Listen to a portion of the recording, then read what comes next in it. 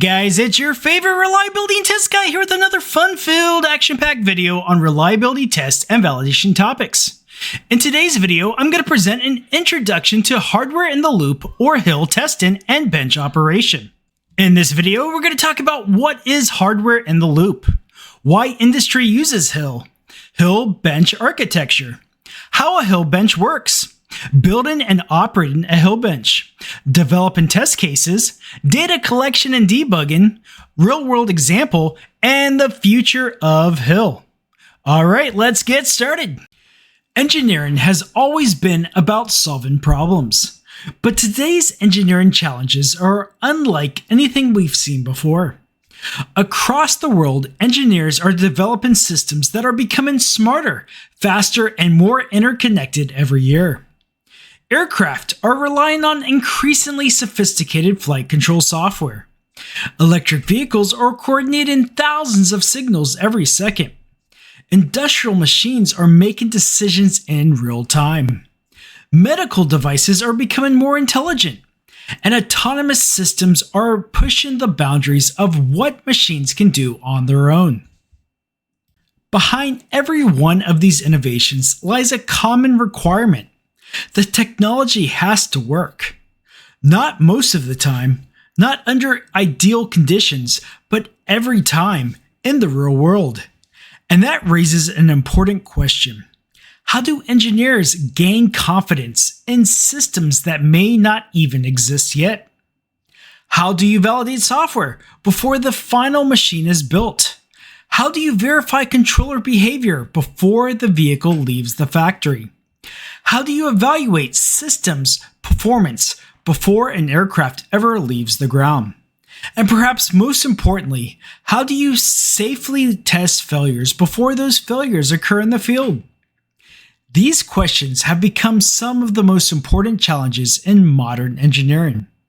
Because of the cost of discovering problems late in the development can be enormous. Schedule slip, budgets increase, programs face delays, and in some cases, safety may be compromised. Engineers need a way to find problems earlier, a way to evaluate behavior sooner, a way to test systems before reality arrives. That solution is hardware-in-the-loop testing, or simply HIL. Hardware-in-the-loop testing allows engineers to place real hardware inside a simulated environment. Instead of waiting for an entire vehicle, aircraft, robot, or industrial system to be assembled, engineers can begin testing critical hardware much earlier in the development process. Real controllers, real electronics, real communication networks, connected to a virtual world that behaves just like the physical system they are designed to control. Sensors can be simulated, actuators can be modeled, failures can be introduced safely, and operating conditions can be created with remarkable precision. This happens all while the actual product is still under development. In many ways, HIL serves as a bridge between simulation and reality. It allows engineers to evaluate performance before integration, develop software before prototypes are complete, investigate failures before they occur, and build confidence before development. That once required expensive physical hardware can now be evaluated in a controlled laboratory environment, faster, safer, and with great flexibility. So why does HIL matter, if you still ask? Today, hardware-in-the-loop testing has become an essential part of engineering programs around the world. It is used throughout in aerospace, automotive development, industrial automation, medical devices, energy systems, defense applications, robotics, and space exploration. Organizations depend on HIL because it reduces technical risk, it improves product quality, it accelerates development, and it allows teams to learn more about system behavior long before full-scale testing begins. A fault that might take weeks to reproduce in the field can often be recreated in seconds on a HIL bench. A dangerous operating condition can be evaluated safely. A software update can be validated before reaching customers. And an engineering team can explore hundreds of scenarios that would otherwise be impossible, impractical, and prohibitively expensive to test. That capability has transformed how complex systems are developed. At its core, hardware-in-the-loop testing is about one simple idea: learning before deployment, understanding before risk, and validating before reality.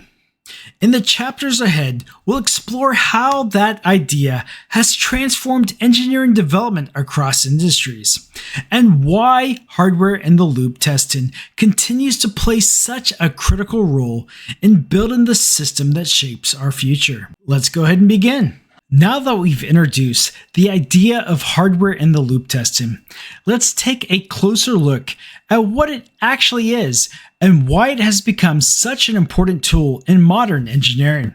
At first glance, a HIL bench can look like a collection of computers, electronic hardware, cables, and test equipment. You might see controllers mounted in racks, power supplies, data acquisition systems, real-time simulators, and monitors displaying streams of engineering data. But behind all of that equipment lies a very simple concept. Hardware-in-the-loop testing brings together two worlds: the world of real hardware and the world of simulation. Those two worlds interact continuously, allowing engineers to evaluate complex systems long before the complete production exists. And that capability fundamentally changes how systems are developed and validated. Let's start with the hardware side of the equation. In most HIL applications, engineers are testing a real physical device. Typically, this is a controller, computer, electronic control unit, or another piece of hardware that will eventually become part of a larger system. This hardware is commonly referred to as a device under test, or DUT. It can also be called a UUT, or unit under test. The DUT is real. It contains the actual electronics, processors, software, and communication interfaces that will be used in the final product. The second part of the equation is the simulated environment. Instead of connecting the controller to a real vehicle, aircraft, robot, or industrial machine, engineers connect it to real-time simulators. That simulator mathematically recreates how the rest of the system would behave. It simulates sensors, actuators, mechanical systems, electrical systems, environmental conditions, propulsion systems, and even complex physical interactions. The controller believes it is operating inside a real machine, but in reality, it is interacting with a highly sophisticated mathematical model running in real time. And that's the essence of hardware-in-the-loop testing. Real hardware operating inside a simulated world. To understand why this approach is so valuable, it helps to look at how testing has traditionally been performed. Historically, many systems should only be tested after a complete prototype was available. Engineers often had to wait for an entire vehicle to be built, an aircraft to be assembled, a robotic system to be integrated, or an industrial machine to be commissioned. Only then could meaningful testing begin. That approach introduces several challenges. First, prototypes are expensive. Second, they may not be available when software development needs them.